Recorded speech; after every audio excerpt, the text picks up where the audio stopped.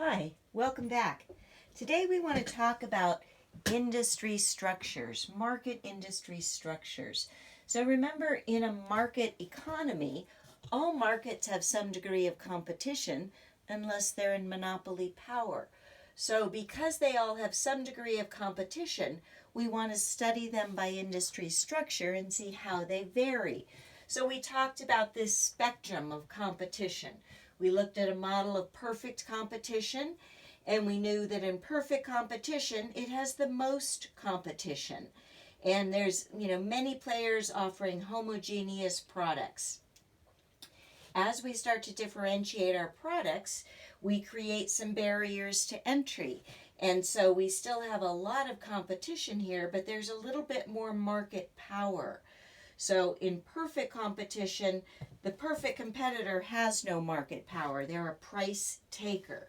In the other market structures and the various forms of it, there becomes a monopoly power when the firm is able to charge a higher price and produce a little bit less, and there's barriers to entry.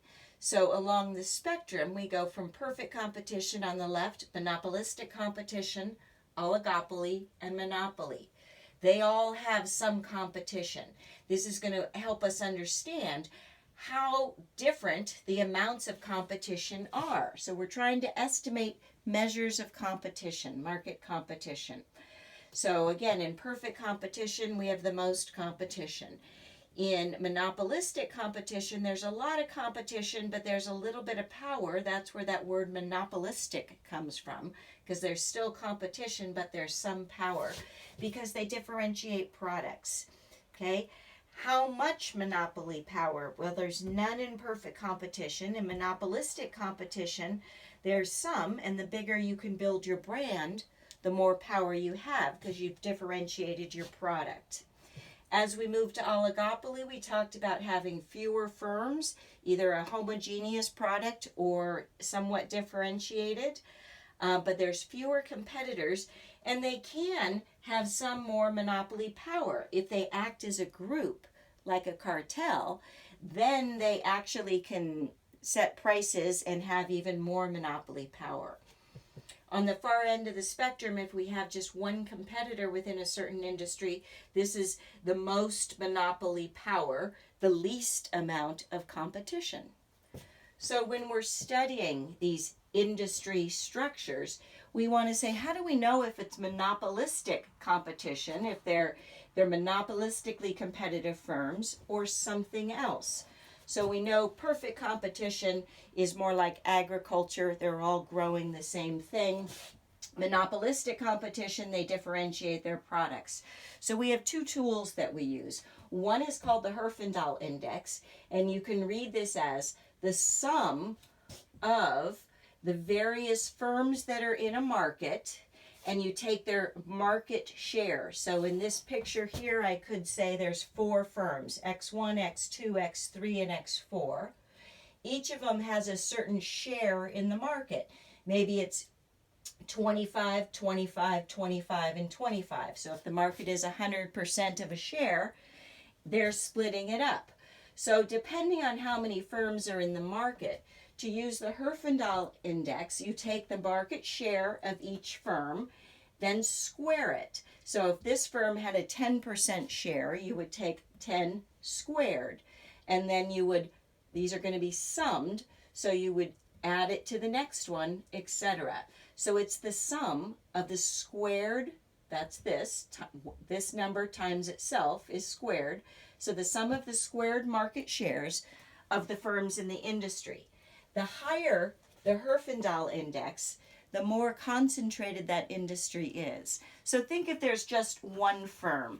If there's just one firm in this industry, then the sum of that X1 squared is going to be, they have 100% of the market. So it would be 100 squared, and that equals 10,000.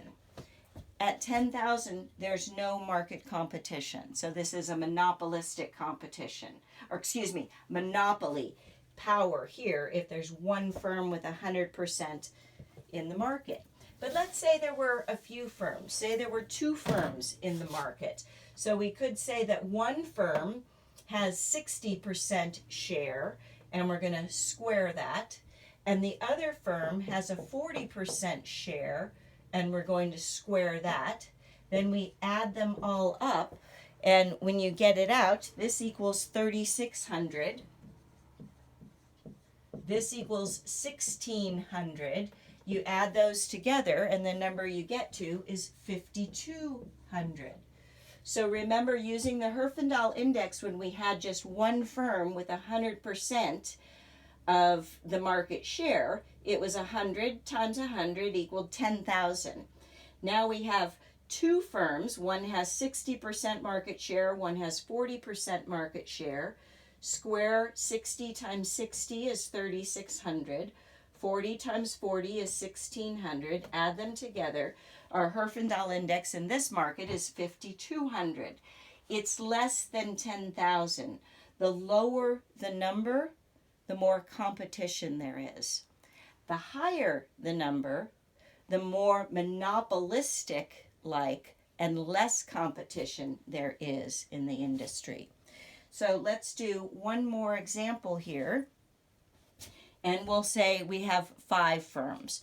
So here, if we have 5 firms, we're going to sum up their squared market shares. So one firm has 15% of the market, and one firm has 40% of the market, and one firm has 20% of the market, and then one firm has, let's say, another 15%, and one has 10%.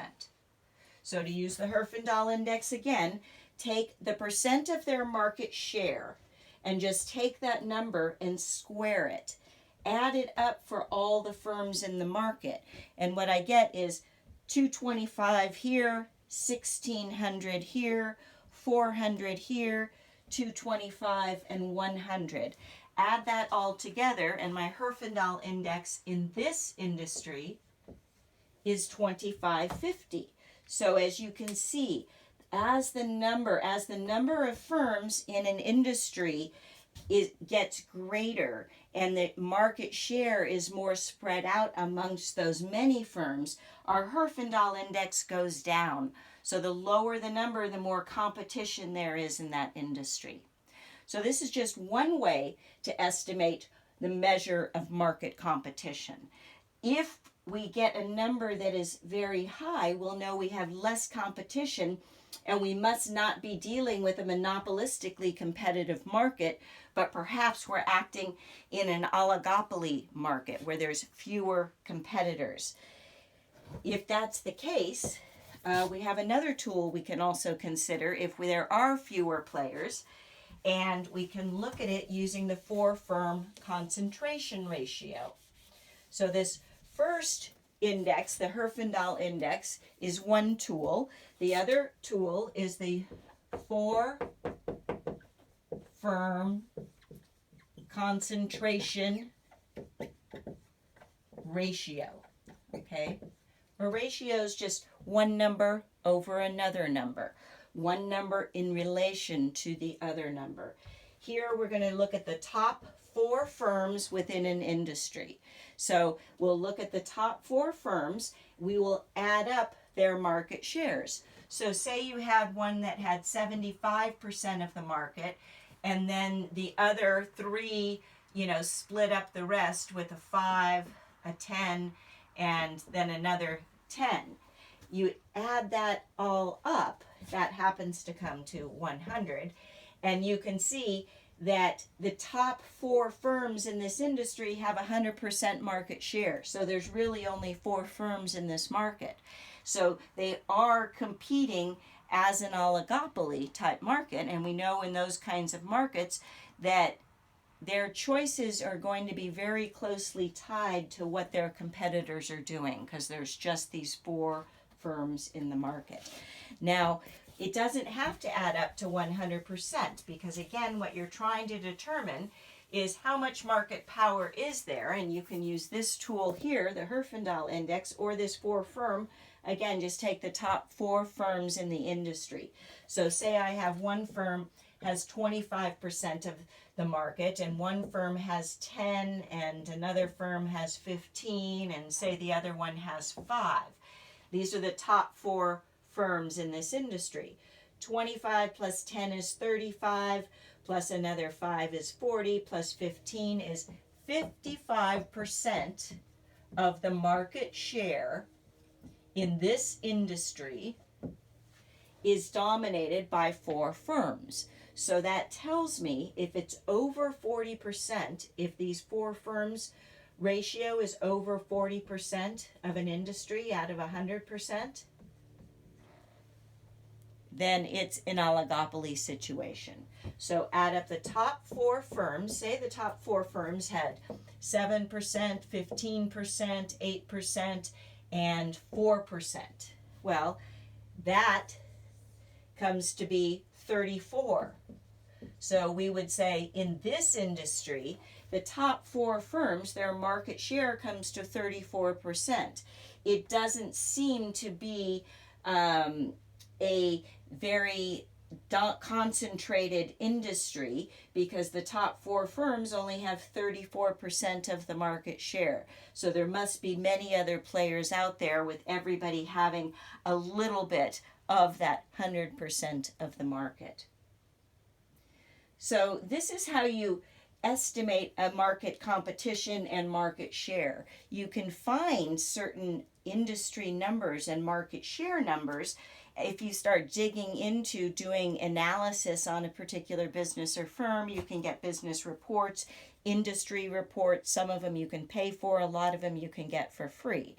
If you go to do a feasibility analysis or a business plan and you're trying to determine whether or not to launch within a particular industry or market, you'll want to do this kind of analysis and really understand who your competitors are and what would be your role fitting into that.